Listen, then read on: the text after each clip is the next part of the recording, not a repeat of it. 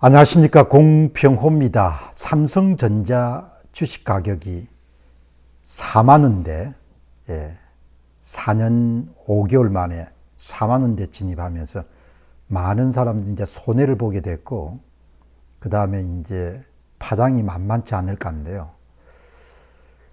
이제 올해 상반기만 하더라도 삼성전자가 뭐 쉽게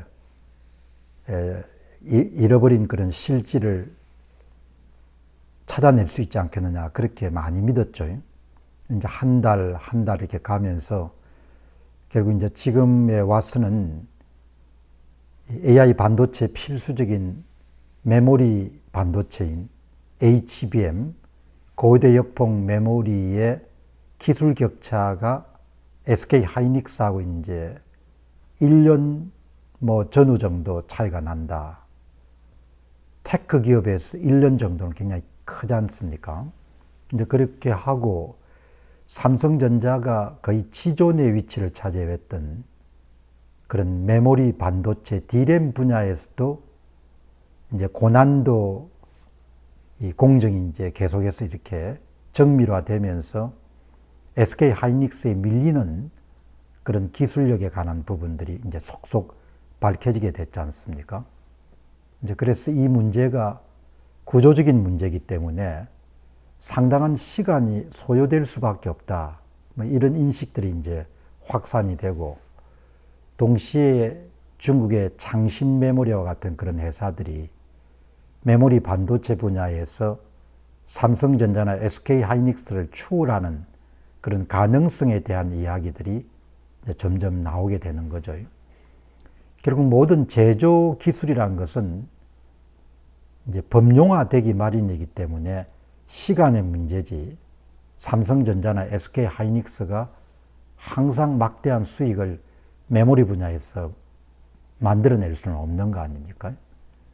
이제 그런 사실들이 긴가민가 했는데 시장 참여자들에 의해서 강범하게 이제 확산이 되면서 결국은 이제 삼성전자 주가가 어마어마하게 이런 폭락을 한 거죠. 8만 원대에서 4만 원대까지 내려갔으니까.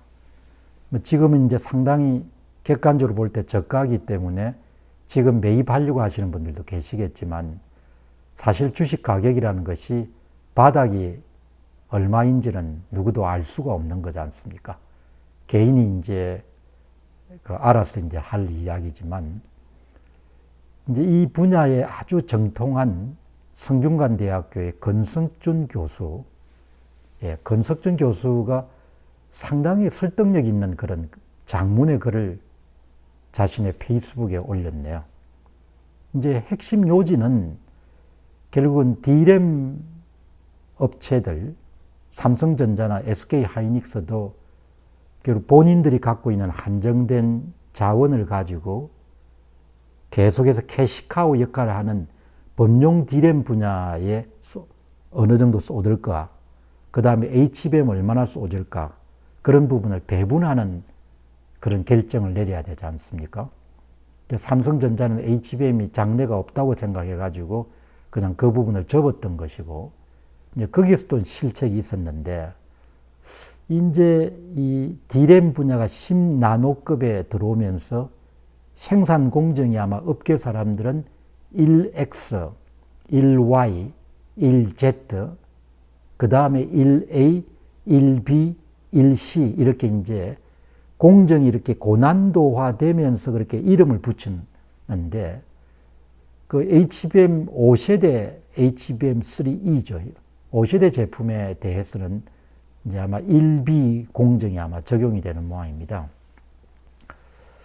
그런데 이제 6세대는 1C이고, 이번에 권석준 교수가 하는 이야기는 결국은 이제 테크 기업들은 반도체 기업을 포함해 가지고 미래의 수익원이 될 수 있는 그런 신기술을 개발한 분야하고, 그 다음 기존의 수익을 가져오고 있는 범용 기술 분야의 연구개발 자원을 어떻게 배분할 것인가가 중요한데, 이 삼성전자가 공정이 고난도가 되면서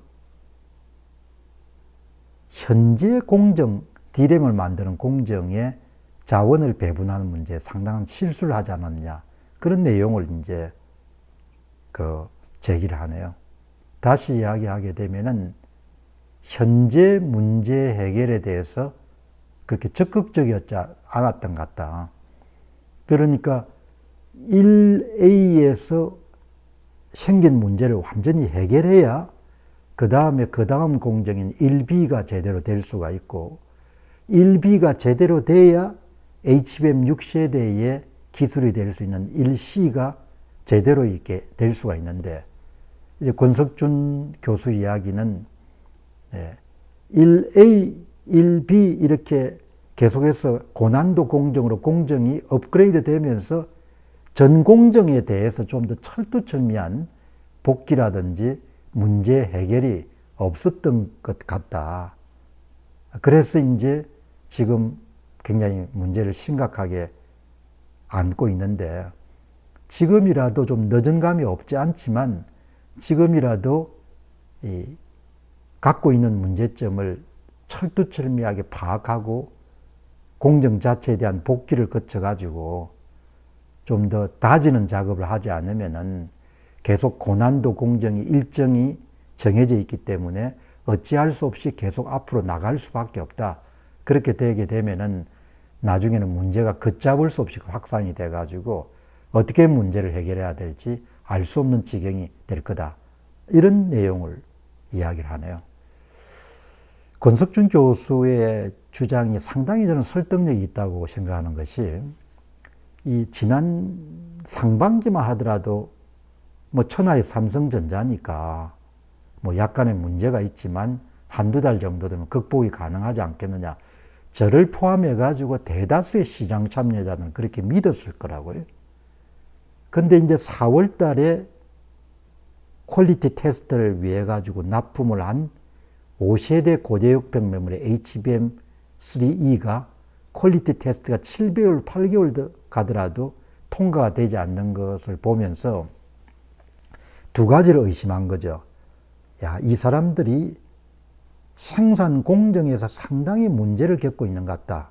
그 생산 공정이라는 이야기는 지금 이제 고대역폭 메모리를 만드는 그 생산 방법이 삼성은 D램과 D램 사이에 필름을 까는 거고 SK 하이닉스는 에폭스인가 하는 그런 액체 물질을 주입해가 나중에 굳히는 작업을 하지 않습니까? 이제 그런 문제가 있을 것 같고 또 다른 한 가지는 설계상에서 문제가 있을 수도 있는 거죠. 뭐 이제 엔지니어가 아니기 때문에 정확하게 내부 사정을 속속들이 알 수 없지만 이제 중요한 부분은 어떻든 간에 기술은 전퍼가 없기 때문에 매 생산 공정마다 확실하게 발생한 문제를 제대로 해결하지 못하면은 대충 그냥 덮고 그냥 잘 되겠지 해서 그렇게 넘어가게 되면은 문제가 계속 쌓일 수밖에 없는 거죠. 지금 그 상태가 이제 삼성전자 상태 같거든요.